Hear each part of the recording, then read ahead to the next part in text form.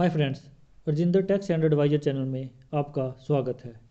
आज का हमारा टॉपिक है वो ऐसा कौन सा तरीका है जिसके ज़रिए जो भी आपके पास पैसा होता है, अमाउंट होता है, आप बैंक में भी जमा कर दोगे, आपकी एफडी भी होगी और आपकी जेब में भी हर साल आता रहेगा। जी हाँ, प्लीज़ चैनल को सब्सक्राइब करें और वीडियो को लास्ट तक देखना ताकि आपको उस तरीके का पता चल सके, क्योंकि बैंक भी ये ऐसे तरीके कोई नहीं बता रहा है। बैंक वाले सभी पर्सन को मोस्टली तरीका पता होता है, लेकिन वो कभी भी आपको नहीं बताएगा। इस चीज़ में होता क्या है, इस चीज़ में आपके पास हर साल पैसा आता रहता है और आपको ऐसा नहीं लगता और पैसे का कोई भी नुकसान आपका नहीं होगा। जब भी कोई पर्सन पेंशन आता है, जब उसको इकट्ठा अमाउंट आता है, जहाँ फिर कोई बंदा ग्लेशियर में जब इकट्ठे अमाउंट को लेके लगभग 10 या 15 लाख को आता है, तो उसके बाद कभी भी बैंक के पास जाता है तो बैंक उसको बोलता है कि आप एफडी कर दो। और बहुत से पर्सन ऐसे करके उस चीज़ की एफडी कर देते हैं। इस एफडी का भी नुकसान क्या होता है, जब भी वो एफडी करता है तो वो 5 साल की एफडी होती है। अगर आप उसको बीच में कहीं तुड़वाते हो, किसी कारणवश से आपको उस 15 लाख के ऊपर 3 लाख की भी ज़रूरत पड़ी, तो तब आप पूरे का पूरा ही अमाउंट उसको कट ऑफ करते हो और पूरे के पूरे अमाउंट के ऊपर आपको जो भी उनके चार्जेस होते हैं वो पे करने पड़ते हैं। इसलिए बैंकों में एफडी करने का एक बहुत ही अच्छा तरीका ये है कि जब भी आपके पास कभी अमाउंट ज़्यादा हो, जैसे कि 10 लाख या 15 लाख, और उसको दो या तीन तीन या चार हिस्सों में डिवाइड कर लो।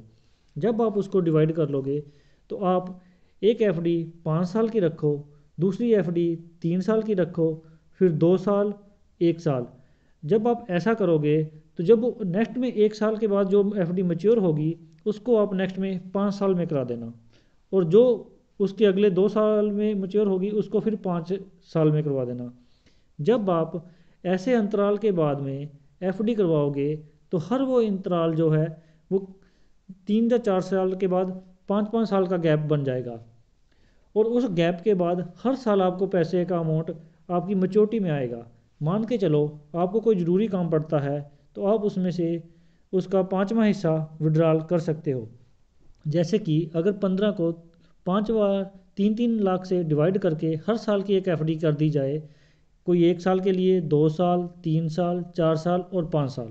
जब नेक्स्ट ईयर में आपकी एफडी वो 3 साल की मैच्योर होगी तो उसको फिर 5 साल में कर दिया जाए।